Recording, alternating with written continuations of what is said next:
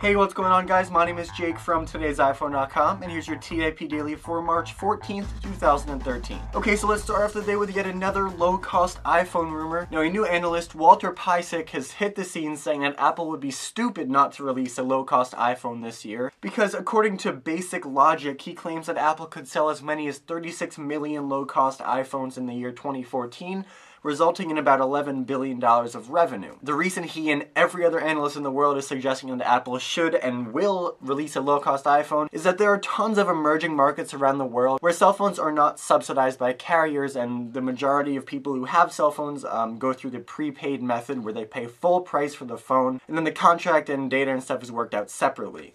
The iPhone really doesn't have a presence in these types of markets just because unsubsidized the iPhone is so expensive. But according to this guy, if Apple was to release a low-cost iPhone in markets like Asia or Brazil or other emerging markets, it would be a huge success. Okay, moving on. If you are itching to get a 4th generation iPad or an iPad mini but don't have quite enough money to purchase one, you'll be happy to know that Apple has started selling almost new refurbished devices of both of these iPad models in its online store.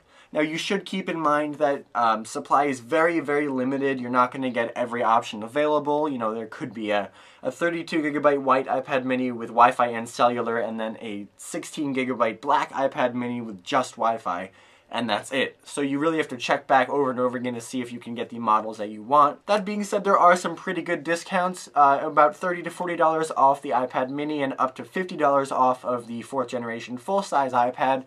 And even though the device is refurbished, which means it's not new, Apple will still replace the battery and the back cover so it'll run properly and there won't be too many cosmetic damages with it. If you're interested, you can head over to the Apple Store now or check out the link in the description down below and see what they have. Okay, and finally, news has hit the web that in September of 2011, Apple filed a patent for a very interesting method of wirelessly charging an iPad.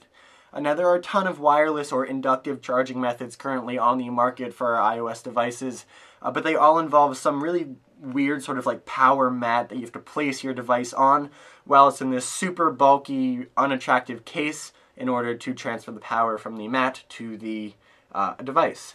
Obviously, this is not Apple style. It's not sleek, it doesn't look good, and it's really not as efficient as it could be. Now, Apple's method, if it ever came to fruition, is a lot more simple for the user and a lot cooler. Basically, Apple would implement a battery cell into the iPad smart cover, adding no bulk or extra, weight or heaviness or anything to the accessory and to the device itself. Obviously, you would have to charge up the smart cover just so it would have power in there, but once you do, this thing could automatically charge your iPad wirelessly whenever it's in sleep mode, but only when it needs the power. So that means the iPad would know when it doesn't need to take power from the smart cover, and it would stop accepting the power that's stored in the smart cover, so that would preserve the battery for when you do need it. Now, this is a very, very cool concept. Like I said, it was filed for in 2011, which could mean a couple of things. Either Apple's, sort of abandoned the idea, the company is waiting for the technology to develop, or it's been working in secret on it for years and it should be released sometime soon. Obviously, the third option would be the best for us, but it seems pretty unlikely. Either way, though, it's promising to know that Apple is looking into wireless or inductive charging just because it seems like that is the way of the future. And, Apple doesn't really like wires, buttons, that kind of thing. So a wireless charging solution definitely seems like the kind of thing Apple would eventually want to do with all of its devices. Okay, well, that's all the big news for today, guys. Thank you very much for watching. Your question of the day today is, would you ever buy a refurbished device? Apple inspects it and replaces the things that need to be replaced before selling it to you for a discount, but there is sort of that stigma about buying a device that isn't new. Do you think getting the $50 or $40 discount is worth buying a device that isn't new, or do you prefer to shell out the extra cash and get a brand new device? You can let me know in the comments section down below or on Twitter at TIP_Jake.